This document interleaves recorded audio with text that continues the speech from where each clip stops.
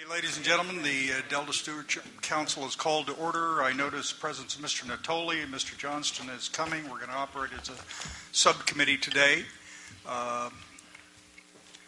Probably start with an announcement. Mr. Machado had on his desk, as I have on mine, a Roostaller red ale beer from the real Roostaller, Supervisor Roostaller, who's sitting in the audience.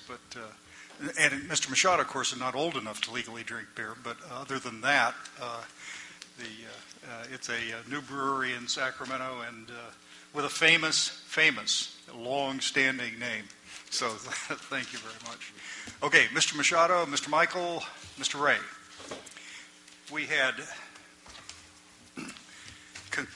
at least, I think, concluded our discussion of the first block of recommendations under the Economic Sustainability Plan under the general category of levy and public safety.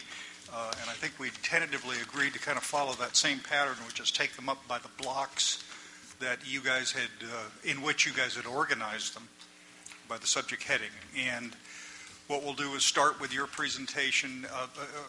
Dan summarize each of the sections, then Mike respond to that. Then let's see about questions. Then we'll open it for audience comment. The statements we made yesterday, we're not acting on these things, but the staff is going to take the information we get today and comments, add to it whatever information we can find from the voluminous comments on the environmental impact report that might be relevant, and other information and testimony that's come in. And they'll be back to us in, March with a report, a more substantial, detailed report on this issue. I think that's right. Mr. Ray. Thank you, Mr. Chairman. Yeah, we are right now. Our next topic then would be the general recommendations on economic sustainability that are described on page 11 of our report and page 6 of the matrix that accompanied DPC's proposal to protect the Delta's place. And there's 3 recommendations here. The first, to designate a regional agency to implement and facilitate economic development efforts. It seems fully consistent with the objectives of the plan and the goals of the Act, and it seems quite feasible.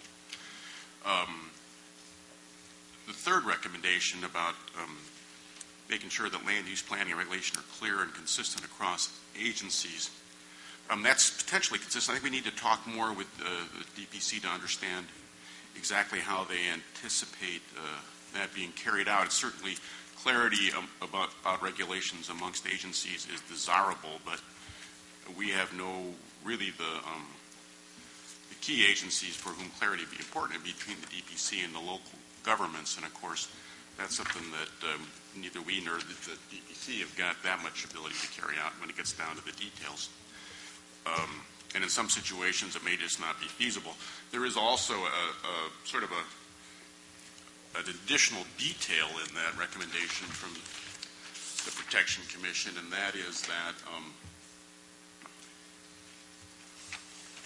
funding should be provided to local governments to develop base flood elevations, and why that it makes particular sense, why that's not more logically a responsibility of state agencies, the Department of Water Resources, their flood board, or perhaps a responsibility of the Corps, and that information could be shared with local governments, is I think that deserves some additional explanation, understand why that's the best approach.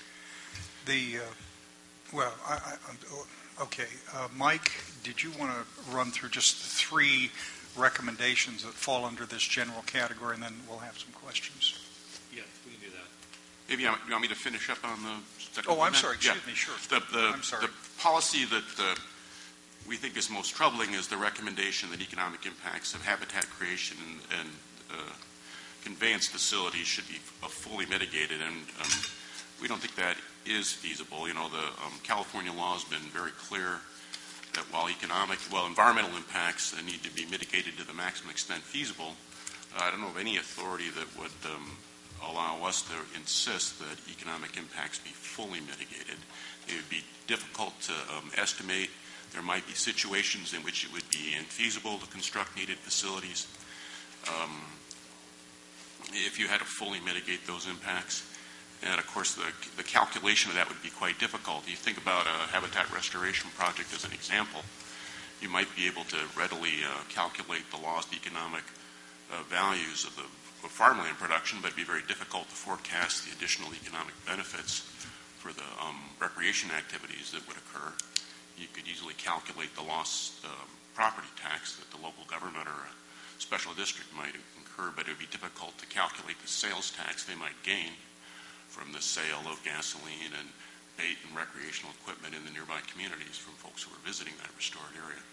And so we think that exceeds the requirements of California law, and so we would think that's probably not feasible.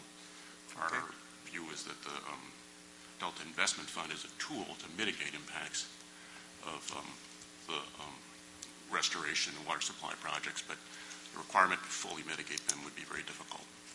Mr. Machado. I think on that particular issue, the real question. Push the red button. Otherwise, Okay. you don't have to touch it. A reminder again, this thing is the microphone is live during all of the presentations. You'll never know it because you have to check around, but just tap your mic. And if you want to turn it off, you can press the red button a second time and it turns it off. But otherwise you're live. All right. The question on the mitigation is that if you take something, local governments are concerned that the fact that any type of projects will impact the revenue stream that comes from property tax. That's one thing. Usually, we have the in lieu practice concept in California, but very rarely is it fully exercised, and is it done, nor done on a continuum basis, where you have a taking of property from the private and putting on the public rolls, and you lose that revenue stream. Second, you have ongoing economic activity within the region that goes beyond that. So if a farmer is producing a crop, not only do you have the loss of the crop, which in the case of taking the land, you'd pay the farmer and he goes away, but you have all the other associated economies associated around that, such as the input industries, the processing industry that would take place, and the employment. So you end up, when you talk about economic sustainability in this respect, creating a whole. And so how do you mitigate that over the long run? I think we've also shown, too, that the concept of being able to replace with other activities, such as recreation, is that the growth in recreation is nowhere near the level that would be able to offset the economic stream that comes from the existing uses in there. And what we also found in the economic study was that much of the money that's spent in the pursuit of recreation in the Delta occurs coming into the Delta from the fringes on the outside and leaving the Delta from the fringes from the outside, not necessarily dollars spent actually in that area. And I think this is a problem that government has wrestled with in any type of projects it goes into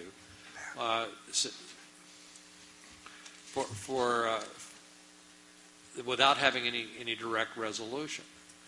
And that's the concern that was raised from commissioners specifically because of their positions with respect to local government. And I might ask if Dr. Michael wants to add on to that. Okay. First of all, I'll talk about this particular issue very much as an issue on the ground right now with Yolo County and the Yolo bypass. And I think that was the context in which a lot of the discussion that created the wording here was made in. And I will make just one retroactive comment to yesterday that I know the Yolo County Supervisor get a chance to make a comment, but our estimate of a potential loss of $7 to $10 million in the Yolo bypass, Yolo County is doing more detailed analysis and thinks that we have underestimated that. It's based on there's $30 million of, about $30 million of agricultural production in the bypass. Our assessment based on the initial discussion frameworks within the YOLO bypass working group at that time suggested that maybe a third of that would be lost by engaging in improvements, but research on that is ongoing, so that's all I'll just say. Lost by the property owners whose property is in question, or by the larger Yolo County community?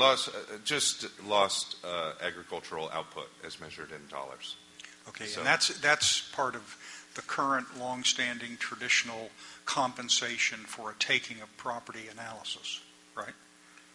I think that's not quite the socioeconomic of your second recommendation in this. Well, the loss in property values and any purchases of property in fee simple or in part through an easement is certainly part of it. But I think the staff is correct that implementing a recommendation like this is difficult, and it is beyond the requirements of California law. However, I believe that in this situation that you should try to go beyond the minimum requirements of California law. This may be a question that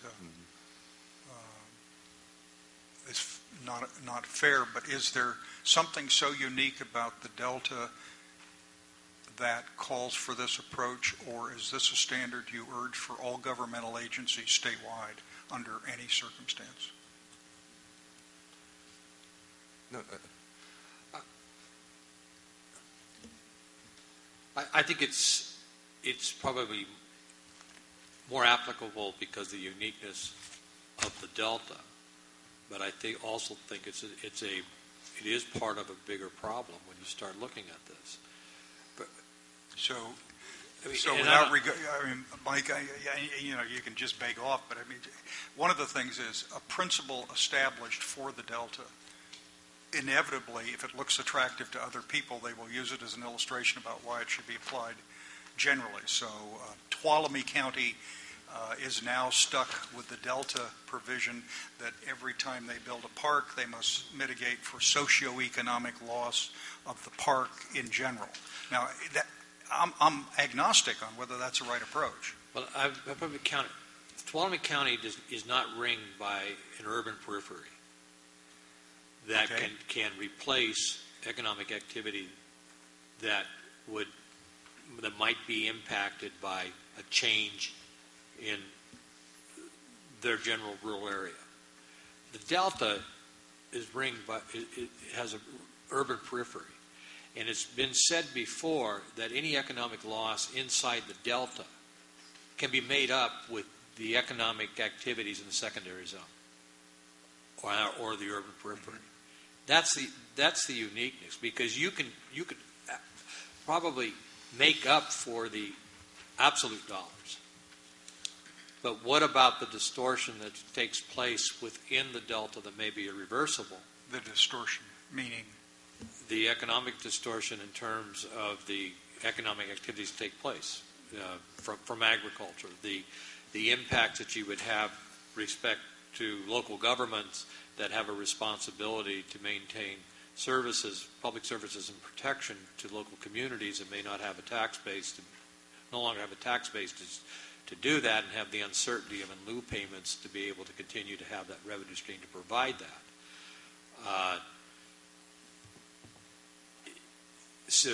And then you also have the displacement and the impact on economies of scale for support industries that may come into the Delta to support a particular industry.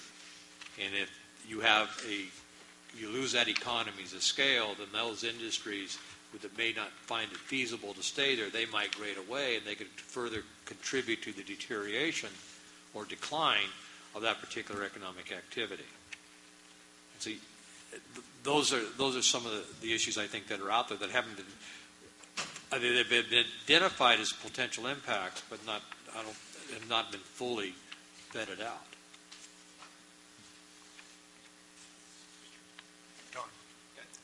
If I just add a little bit I think that certainly Jeff and Mike have captured a good deal of discussion that occurred at the commission, and we spent a good deal of time on this, reflective, obviously, I think Yolo County's example, but I think all of the counties, not just counties, though, I think the potential for small cities, as well as, obviously, some of your special districts. Some reclamation districts have, obviously, a very close tie to the land that's protected behind the levees that they're responsible for, or in part responsible for.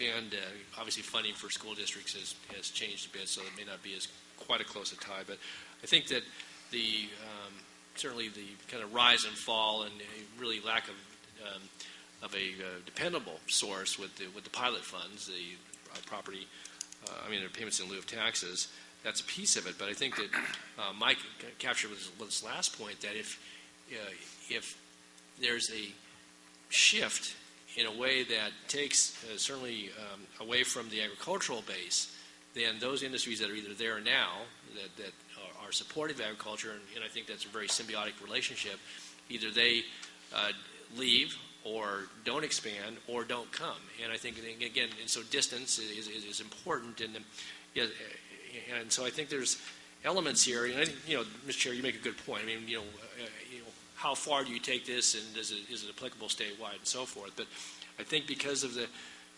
unique focus that's been brought to the Delta for a combination of reasons, that one of the things that the plan points out, and again, it was pretty, strongly argued at the commission by both commissioners as well as some folks in the audience, that there was some imperatives here that over time, if there isn't a recognition beyond just a simple acquisition or buying an easement or something like that, that if there isn't some recognition that over time you begin to diminish, that you may get to a point of no return. And there is some recovery that can occur. Evolution obviously will occur, but I think that this is key. And I just the last point I would make is that it goes to the service delivery, that you have in large part rural areas, certainly in the primary zone, but in secondary zone mirrors both a more urban as well as a rural setting. But the road maintenance, the law enforcement response, the response to other issues that are provided for either by counties or small cities in those communities, it becomes very difficult to balance that just in the overall budget context, and it's not unlike what the state faces, obviously, in a bigger setting. So, again, how we embody this in the Delta Plan or consider it for inclusion in Delta Plan, I think it's a key point, though, because it's one that obviously goes to the heart of a lot of the concerns that were expressed at the commission level. Mike, do you want to make any comments on the others of the recommendations? Yes, briefly. On the first one on regional agency, I think it's worth noting the task of that entity would be the marketing, branding, permitting, regulatory assistance, as well as planning coordination with counties and cities. And that would also include other agencies that have been tasked with looking at trying to further economic development in the economic stability in the Delta.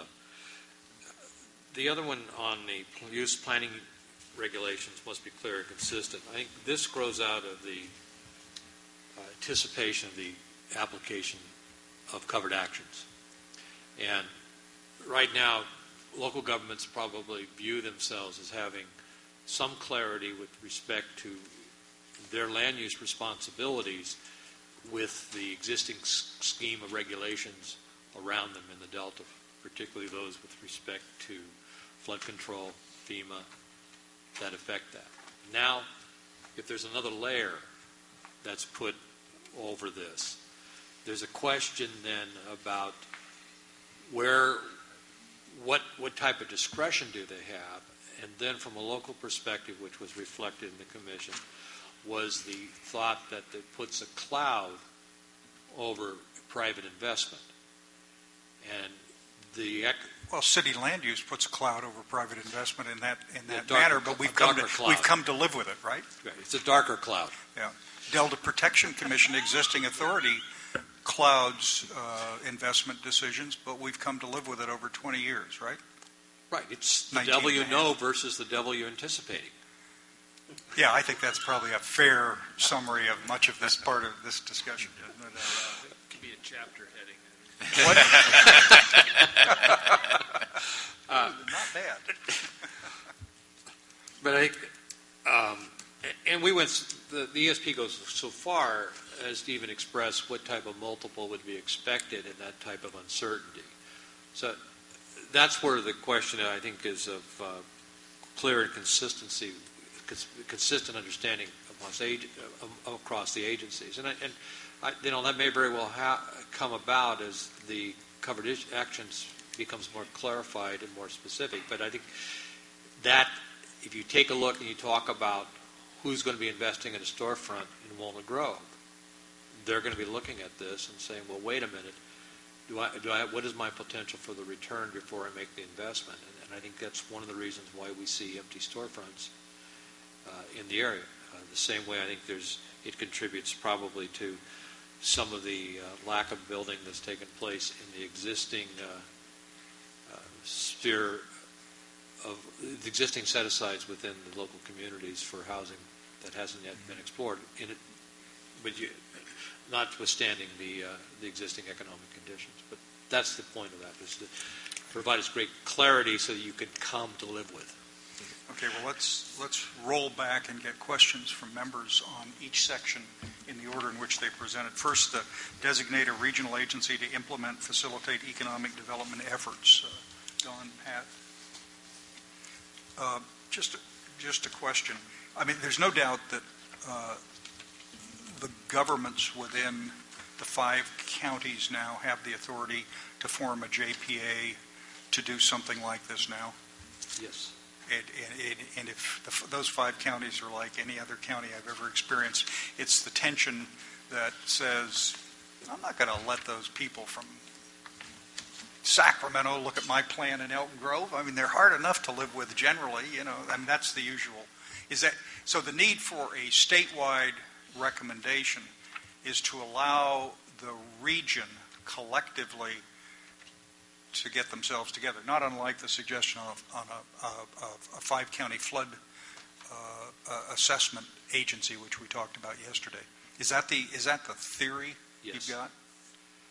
And what's your read on whether the counties, the cities, and all the other folks in the 5 counties think that the DPC would be the proper place for that to occur?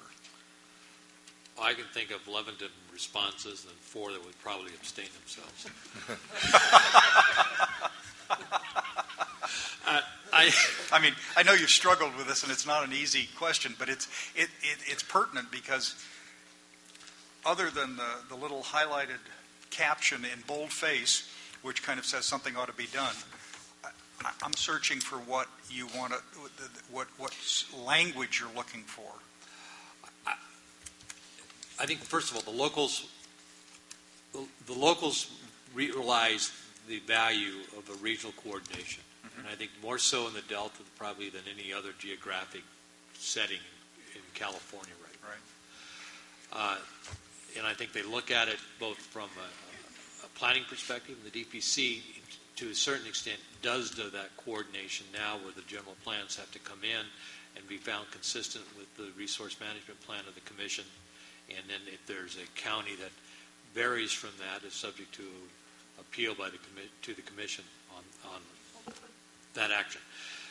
The other part I think is also recognized is that emergency preparedness, and I really would like to take you back, direct you to Appendix M at some point in time to take a look at that summary that was put together by Ron Baldwin, formerly of San Joaquin County. Right. San Joaquin County is the only one that I know of that has done flood mapping and done this type of work. And it was really interesting, too, if I just decide on that comes about for regional coordination. Berkeley is now doing a study where they're doing some GIS mapping of infrastructure and also has a modeling for risk analysis that would help direct resources at a time of an event. And they were doing, this was a graduate study, now it's contacted us and saying, look, we think this could be applied. And Ron Baldwin usually never gets excited, other than when he's making testimony, was really excited about the employment of this tool, which goes to support this regional idea of trying to do emergency response, marshaling of materials, and how you would best direct them. So in those two areas, there is interest in it. As you would expect, they would like to create the organization from within themselves rather than being told what the organization should be. And so you do have the DPC there. What's attractive about the DPC is the composition of local governments, whether it be counties, cities, RDs, as well as the relevant state agencies, in particular resources, business, transportation, and housing, and CDFA, but the first two primarily because they have the infrastructures oversight within the Delta. Mike, I'm sympathetic, and Dan gave the staff initial reaction that both the first and the third recommendations under this section appear consistent or might be consistent, when more details were. No, that's kind of my theory too. It's obvious that this also overlaps with the levy discussion, and your chapter 11 discussion crosses back and forth in a bunch of areas. But does this constitute a 5-county entity to cover? And I'm just going to read you the sections from the chapter discussion. Recreation enhancement, strategic levy protection, streamlined entitlement process, historic preservation, permit processing, economic development tasks, financial responsibilities, marketing responsibilities, operations and management responsibilities, and then there are hosts. I going back again to the specific end chapter recommendation, I couldn't figure out what you wanted. In the first recommendation, you mentioned tourism and recreation. But then the language got broader, and then in the third, you're talking about a host of planning, and it wasn't clear to me whether you intend that to become a universal planning for all the subjects that were mentioned or not.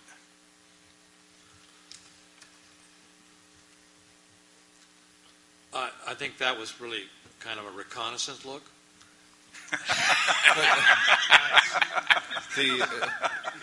Nicely done. No, I think some of the areas are where this agency would provide sort of technical assistance to individual, permit processing isn't suggesting that this would be the permitting agency. It's suggesting that this agency would have expertise and experience with the process so that it could help people, investors and individuals, through it in a way that's, perhaps an economic development agency that's within a county that's primarily operating in urban areas in a very different environment than the Delta wouldn't have that expertise or experience. And so it is, I guess, somewhat mixing some things like administering an investment fund strategically would be, directly taking those, administering that entity, whereas other things would be more along the lines of helping out private investors and maybe just monitoring the various regulatory processes, and perhaps being someone that can recognize inconsistencies and bring them to people's attention and try to resolve them to the best extent possible.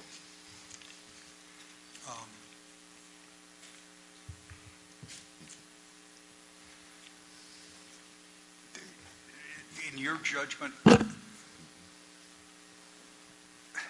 does the language that you had proposed about designate a regional agency to implement and facilitate economic development efforts resolve any or most of the subset questions that come in? Because what I'm looking for is how to explain that statement in a way that reflects the DPC position in the economic sustainability plan.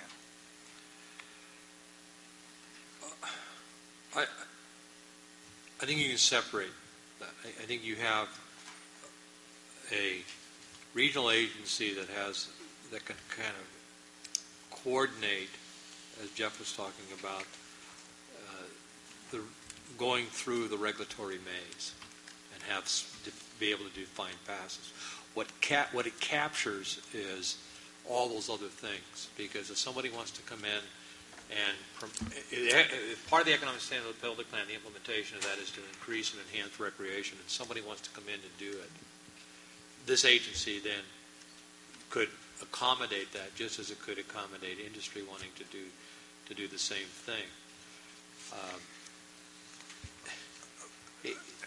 The only mention of the primary zone is the entitlement process, if I read the chapter correctly. Other discussions are more generically delta. Is it your intention that all of these activities would be delta-wide except for the entitlement? I mean, I just didn't understand why delta-wide in one regard and primary zone in another for entitlement.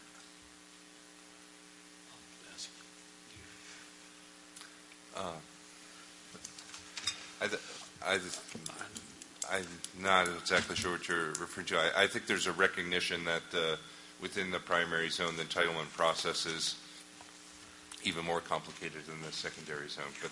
But the reason why I'm saying it is just trying to get in my mind on what a jurisdiction of this agency would be. Mm-hmm. I've got a primary zone entitlement process chapter subset on page 269. But as best I can tell, the recreation, strategic levy, historic preservation, I don't know about planning tasks, economic development tasks, financial responsibilities, marketing responsibilities, and operations of management all generally seem to address the collective delta. I agree with that, yes. Okay. I got that. Okay, so I read it correctly. What then does it mean for this new agency or new authority to an existing agency or new JPA or something that you propose? Aren't you looking? My recollection was it was a facilitative role. Again, it wasn't. I don't think you. I mean, to Chair's question, had really developed exactly how it would function, but that the need, and I think that was the examples, if I recall, that you used. Again, it wasn't. I don't think that even the commissioners necessarily were advocating that we wanted another layer of government, but that this was the opportunity to pull those things together. And I think that all the things that the chair read, and obviously are in the report, but those were examples, and probably some very key examples of where, whether it was a subset of the DPC or a JPA or some other entity, but the two that you spoke to, that this would be more facilitative. And again, how you would define that, I think, it's a fair question. Is exactly what would they do that either counties or cities or the DPC isn't already doing? And I think it was to pull these together in one place with a point of contact, a point of connectivity for working with counties and the Delta as a whole, or cities. Yeah, I think that's a correct capture of the discussion. This is more of a recognition of the issues that are out there, in that the proposal was that one way to try to deal with it is to try to encapsulate it. We didn't go into the details of how you would set it up, what would be the scope of authority or the range geographically. It was the concept to address what was identified as oftentimes issues that seem to be fragmented in terms of trying to deal with it. I think what it does do, based on the conversation that you're bringing, Phil, it merits more vetting out as to how exactly that would be. Because one of the interesting dichotomy is the local governments want to have something to make it easier, but they don't want to have another layer of government that they have to deal with. Maybe we summarize it by saying our rules are okay, but yours aren't. I mean, Mike, I don't know any other. I'm just trying to get my hands around the concept, because we're obviously in the fifth draft Delta plan, we're sympathetic on the flood control assessment, the need to unify the Delta interest with a common assessment authority, which is an approach that makes sense. This is more amorphous, understandably so, because economic development is a late state legislative declaration in this entire process. So we haven't had the decades that we have on other areas to formulate our thoughts. But I just can't. But, and I think part of it is because I don't think the covered actions have been fully defined. You're still in discussion of that. It's a lot like having something evaluated against the Delta plan, which is not there. I mean, we have a lot of moving parts going together. Well, the existing authority of the Delta Protection Commission in the primary zone is not so clearly defined that a person could say, well, I know if I go there I'll get yes, or I know if I go there I'll get no, which is that the level of clarity you want? No, the apprehension that was expressed was over the fact that there's this future, this concept of covered actions that came in that may be much broader than what people have been experienced within the Delta Protections Commission Resource Management Plan. And you're right, the Resource Management Plan has latitude in it, just in terms of interpretation. It's not a yes-no. There's a certain amount of substantiation that one has to go through to determine if a proposal meets or doesn't meet. And we're in the process of doing that, for example, over the consideration of a solar farm in the Delta. Mm-hmm. So when we were talking with local governments, and it's the same thing that you've heard about what the impacts of covered actions may have on local government activities or including counties versus cities. So they're saying we need to have some way to be able to clarify that. I think that's the impetus for this. And I'm not advocating another layer of government, but I think everybody is looking too for what is very hard to get out of government, was a certain degree of certainty. And that I think is what we're trying to resolve, or have somebody, as Don was talking about, as a facilitator that can say they become the expert in knowing how to maneuver through the pylons that are out in the middle of the road.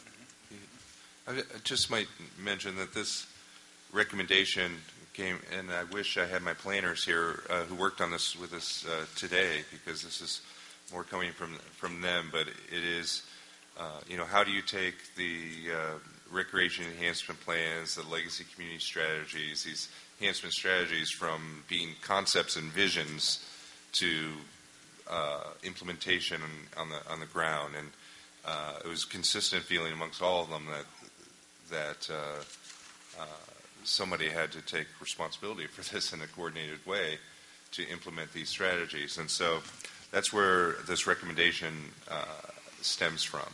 Now, I agree. Some of the details are foggy. Yeah, and I'm not insisting that all the details become. But it's the concept that has to be more clear to begin with. It seems to me. I think you could imagine the value of this sort of an agency in a variety of ways. One of the things that the Delta suffers for is that its attributes are so unique that not every investor or every businessman is going to understand how to make things operate. And because the communities there are so small, they have trouble taking advantage of the other institutions that are available. It's very difficult. A county visitor and convention bureau focuses on their big contributors, so they're working for the big hotels that are in the major cities, bringing in conventions. It's very hard for a small bed and breakfast out in a little community to get their attention. Yeah, and that's sort of assistance that's an could be very illustration helpful. of the kind of help that this new agency would give for investors or property owners or those who promote somebody who could identify potential recreation opportunities and bring them to the attention of potential investors would also be quite helpful. Often a county planning department, again, they're not going to know the details of that kind of real estate opportunity. So you could see those advantages on a regional level and work in both, sometimes in the primary zone and sometimes in the entire delta. And certainly from a marketing point of view, you want someone who can connect the kind of shoreline opportunities in a Stockton or Rio Vista or West Sacramento or Antioch with recreation opportunities that are available deeper in the delta. So you could imagine why it would have both some delta-wide responsibilities and a particular focus on places that are totally within the primary zone or else within Sassoon Marsh. Of course, as well, you want to think about how the RC&D might fit into such an entity too, the Sassoon RC&D. I also think that there's a general feeling out there that there isn't any investment that can be made in the Delta today that's going to provide a return to offset the risk involved associated with trying to comply with just the existing regulations. We saw yesterday the overlays about what could be done between Locke, Delta Meadows, and the marina that's located on the south end of that Walnut Grove area.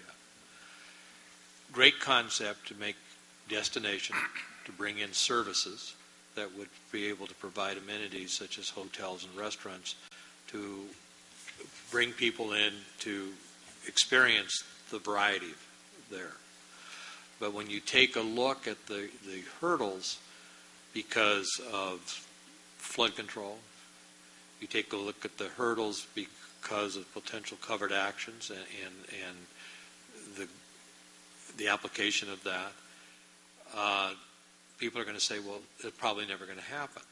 Now, perhaps there maybe needs to be looked at some carve-outs that could be viewed as development areas to enhance recreation and be an attraction for that, but have it done in a way that still tries to be consistent with the objectives of trying to be protective of property, life, and also be consistent with the co-equal goals. We don't have anything like that now. Your Chapter 11 describes the facilitator function.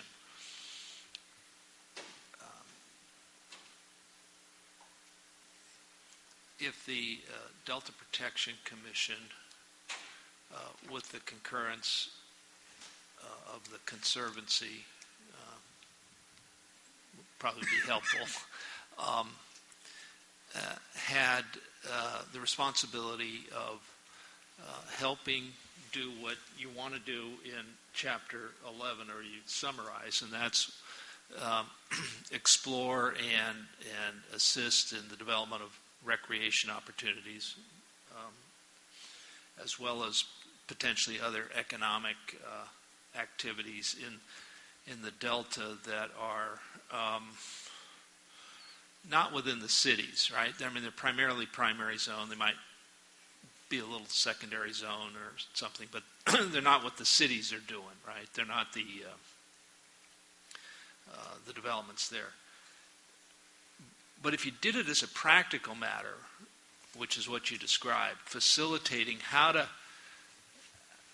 negotiate all the rules and regulations that exist regionally, state, federal, potentially, and how to explore what Dan referred to as, the ability at a larger scale to go after government grants or other opportunities.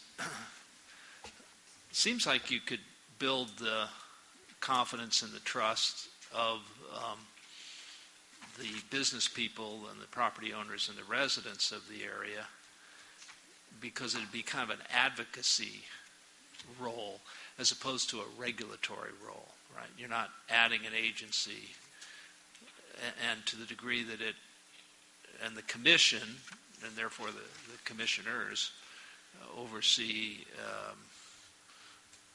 potentially some amount of monies that would flow through that. We could do this without raising the specter of yet another regulatory agency, or taking an existing one like the commission and giving it an authority that would be threatening. So, I mean, when I read the text on Chapter 11, it seems far more doable than when I read the summary that talks about regulating or doing economic development.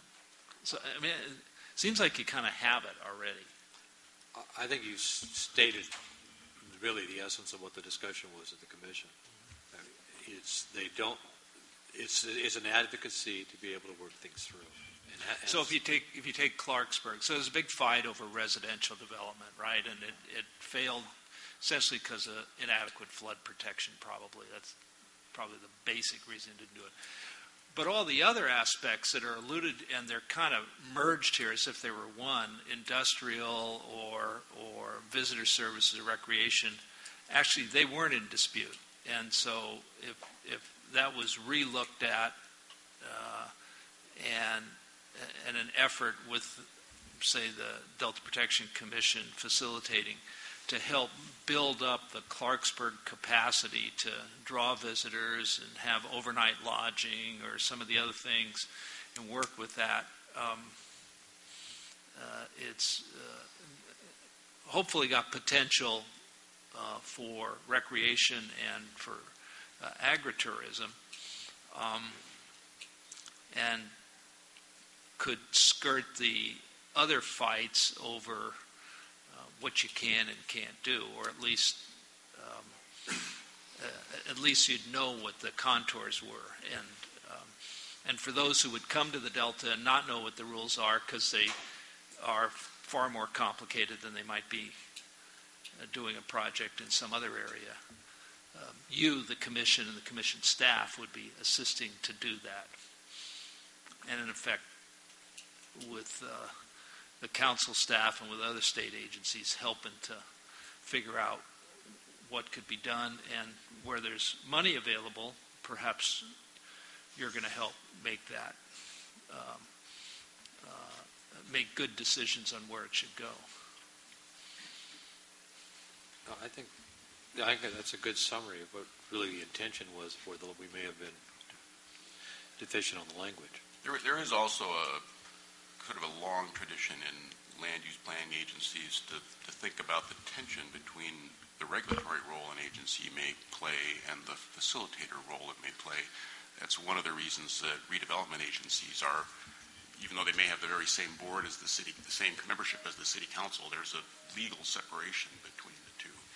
And so I think that would be another issue we'd want to explore here. You know, it's one of the reasons to think through carefully the interplay between the DPC with some regulatory authorities, as well as the coordination functions it's responsible for, and the role of the Conservancy, and then potentially the role of the Joint Powers Agency too. And you might imagine they could, since they have the opportunity to have overlapping boards in a shared space, you could see how that'll work. In this area, what do you mean by more regulatory authority? Well, at least one of the things, the rules I've always learned as a land use planner, is the importance of separating out the opportunity to work a real estate deal like a redevelopment agency would have had, or the Coastal Conservancy has, and the regulatory responsibility that a city or county government might have, or the State Coastal Commission might have. And so you always try to, in my experience, try to maintain a pretty, I don't know how bright a line, but a line between those responsibilities, so you don't get those duties confused. It can create Clarity of function. liabilities for you, where people begin to think you're, playing your regulatory program to reward your investment arm over here, and you want to make sure there's some separation. Right, but I thought you were saying some more regulatory authority. You're not. You're talking about clarity. Yeah. Right? If you had a facilitating function next to a regulatory one that already exists, then you got to be clear about which is which. Yeah, there is the risk that you become so enamored of the project you're trying to facilitate that you turn a blind eye to your regulatory responsibilities, or vice versa. You deny someone help because you don't want to find yourself embroiled in the regulatory issue that might be embarrassing to your own body. So you try to keep those a little bit separate in general practice. Now, the Delta may be a different situation, but I think you want to look at how that plays out and understand the interplay between the various responsibilities.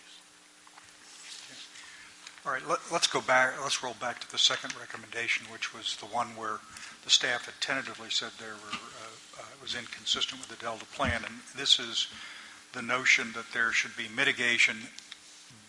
As I understand this, you tell me if I'm mischaracterizing it. This is mitigation should go beyond the limits of current law, particularly with regard to any water facility that affects the Delta, and socioeconomic impacts, including lost income and sales in related industries and associated tax revenues, should be annually reimbursed to whatever agencies have lost the revenue. Yes, I think but it goes beyond just the water facilities. It would be impacts of habitat.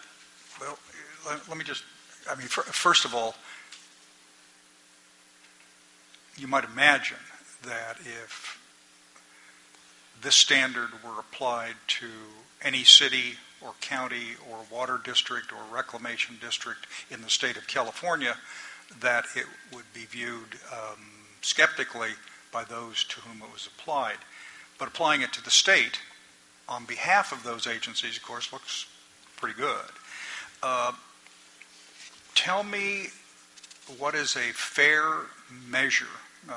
Your language suggests indirect net economic impact, and this relates to the discussion I had with Mr. Michael yesterday, where your charts on all the economic perceived potential damage from water conveyance and habitat preservation, all the other stuff, had or mostly had dollar figures, but the areas where there is clearly a benefit received by the local community, flood protection is the most obvious, there is no dollar calculation, and therefore no way to get a calculation of indirect net. And in other words, what's fair, what's reasonable? Is this a negotiating position? I know it's preference. Hell, turn around, get Mr. Zlotnick with all of his clients. They pony up a lot of money. Isn't that the area he represents as doing all the hiring and is expected to pay off the state deficit? Yeah, off of all of that. Everybody wants that. But the practicality is it has to be based on a theory of understanding. Well, let me throw it back. How do we interpret on 85020B that states that it's the policy of the state of California to protect and enhance the unique cultural, recreational, agricultural values of the Delta as an evolving place? Yeah. I think that is what prompted this idea of full mitigation. Well, okay, let me ask you, then let me just ask a question. This is referring back to the discussion yesterday.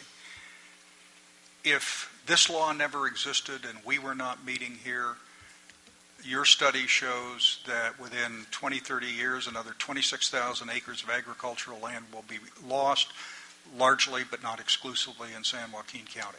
Okay.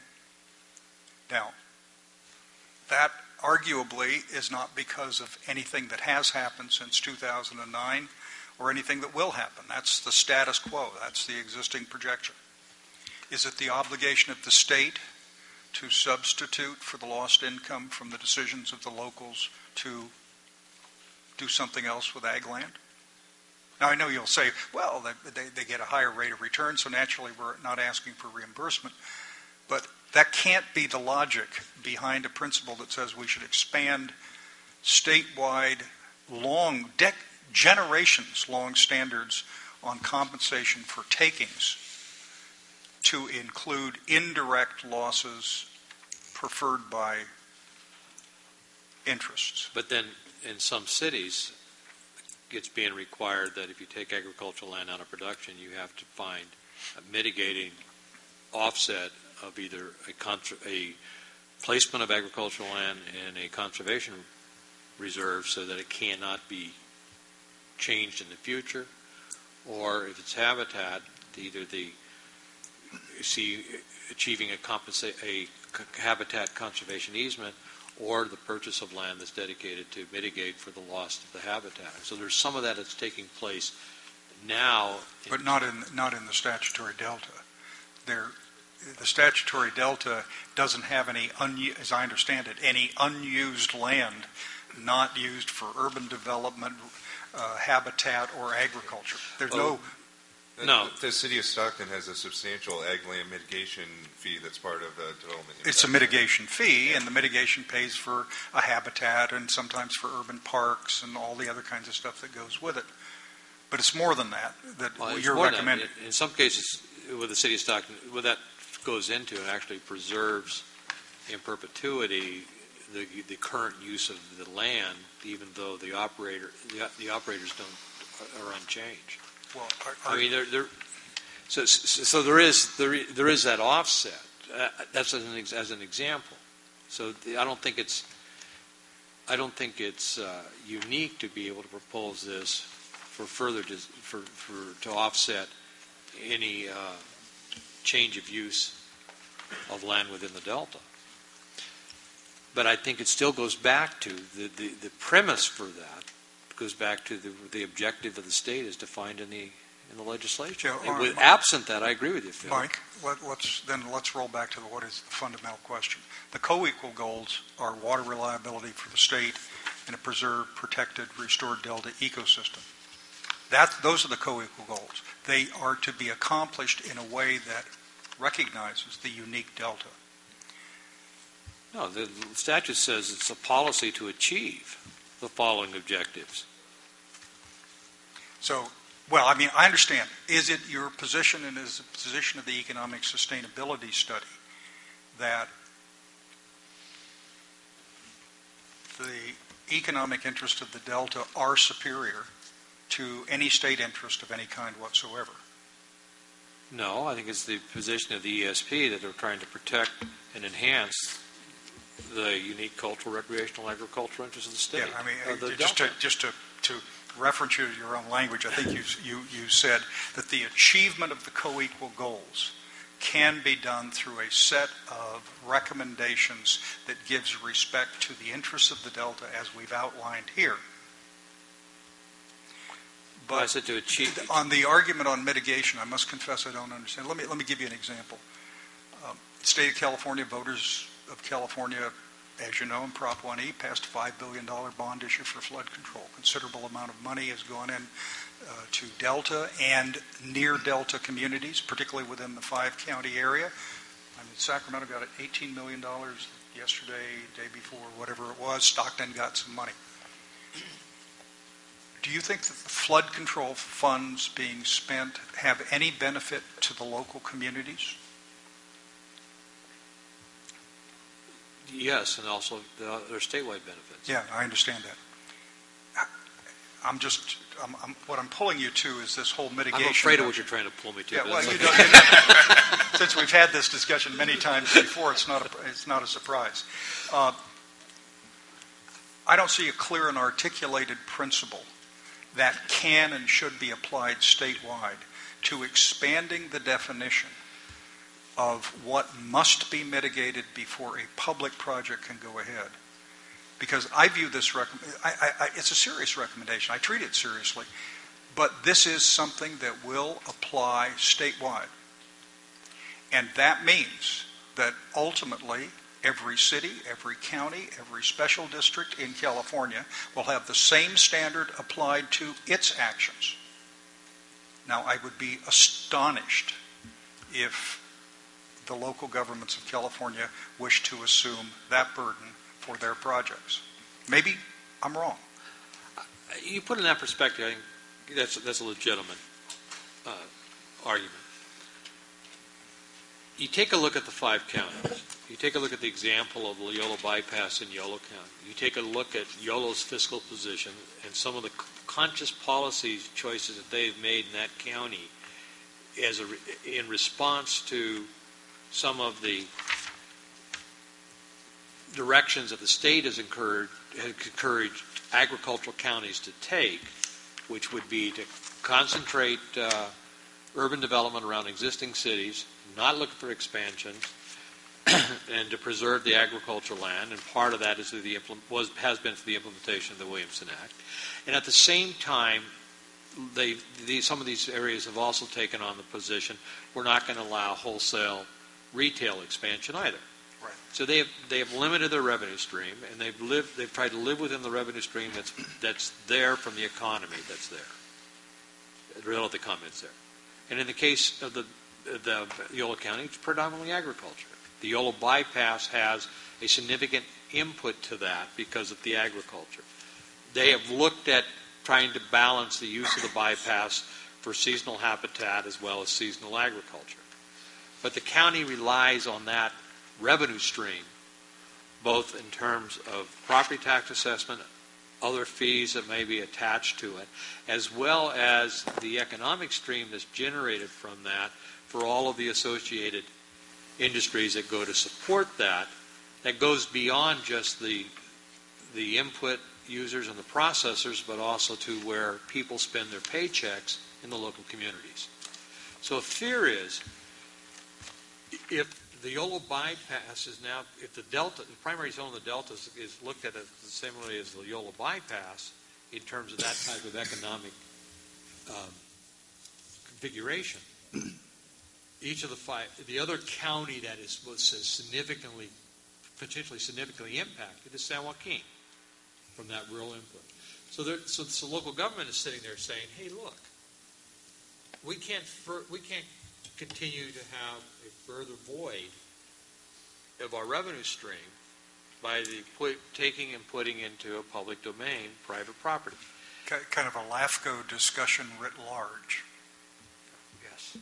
Well, since you mentioned San Joaquin, surely you wouldn't characterize its land use decisions the way you characterize Yolo.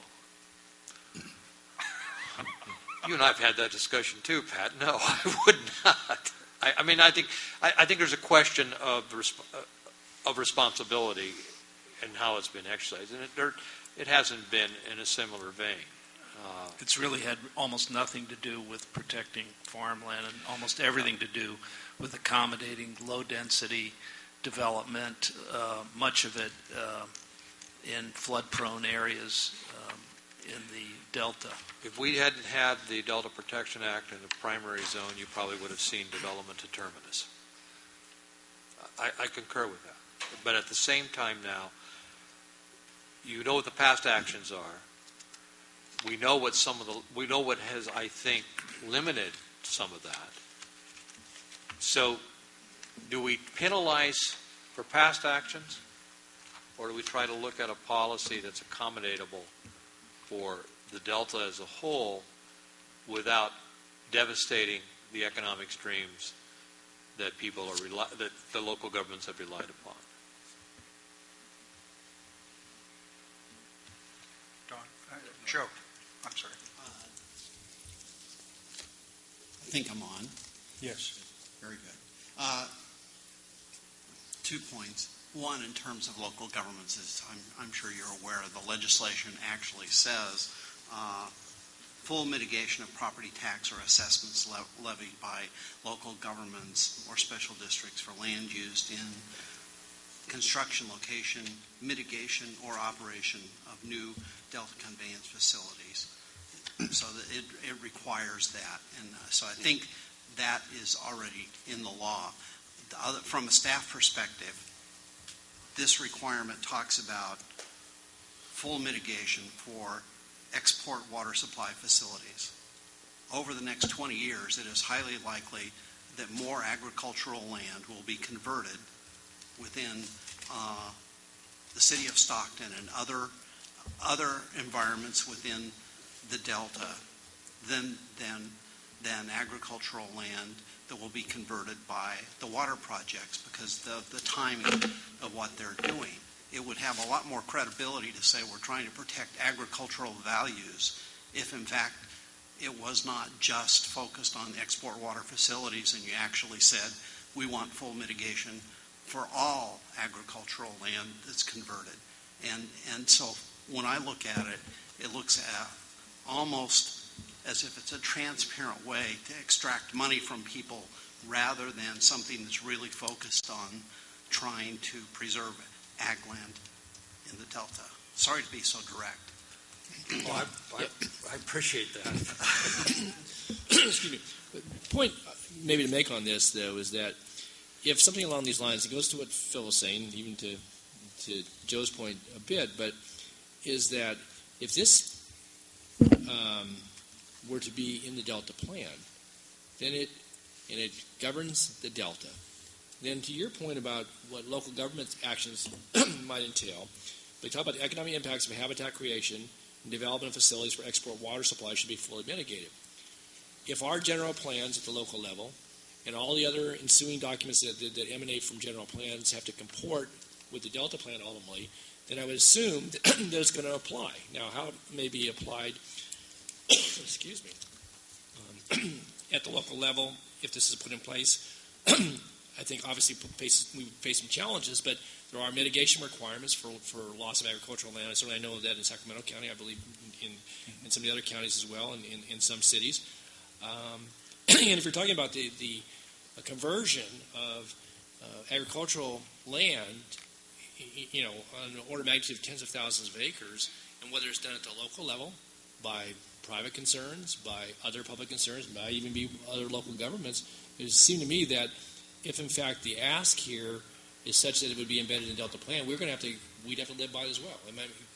If I'm mistaken, Mike, I don't know if that was intent when the commission had the full debate, but I mean, if that got put in there, it says economic impacts, and we talk about the state here, but I mean, this would be broader than that because our plans would have to match up with the Delta Plan and have to reflect that, right? I would think so, but I think what Joe has also suggested that not only would it be from local government, but any type of displacement of agricultural land would have to be fully mitigated. You're talking about development. Yeah.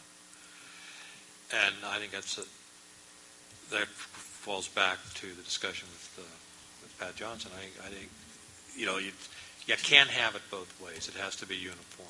And if we're looking at trying to protect the Delta in that sense, I think that comment, Joe's comments have a lot of relevance here in the application of that. And it's like, I want to be fully compensated, but I still want to be able to do what I want to do. And you can't have both ways.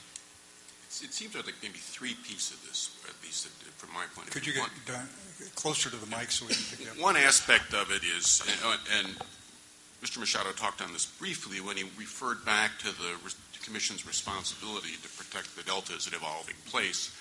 And I believe it's been in the past an assertion of the Economic Sustainability Plan. That means no sector, no important sector suffers any net loss, that they're all made whole.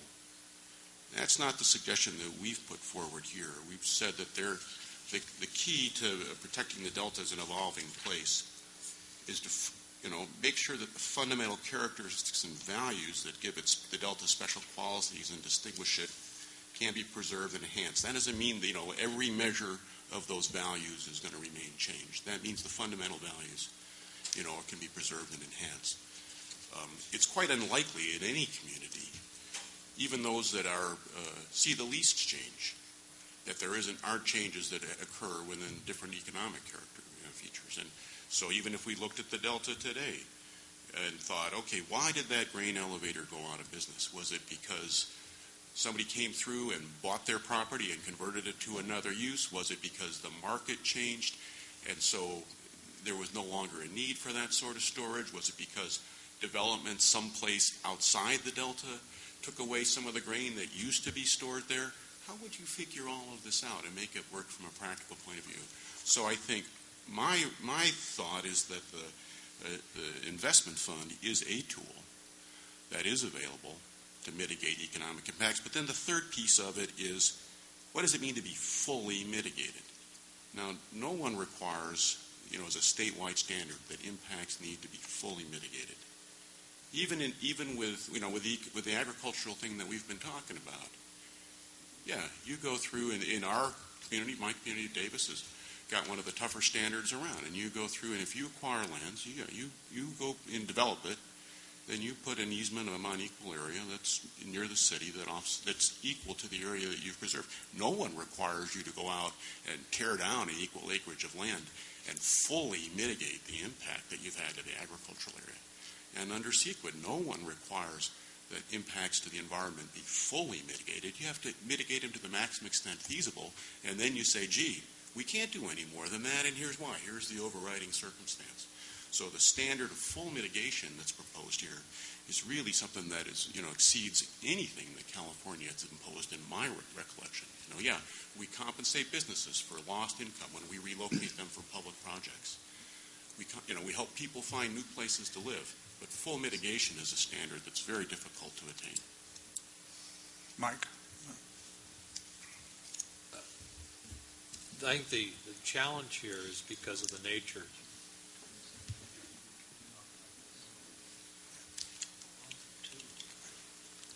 The challenge here is the nature of the setting in the Delta with the people.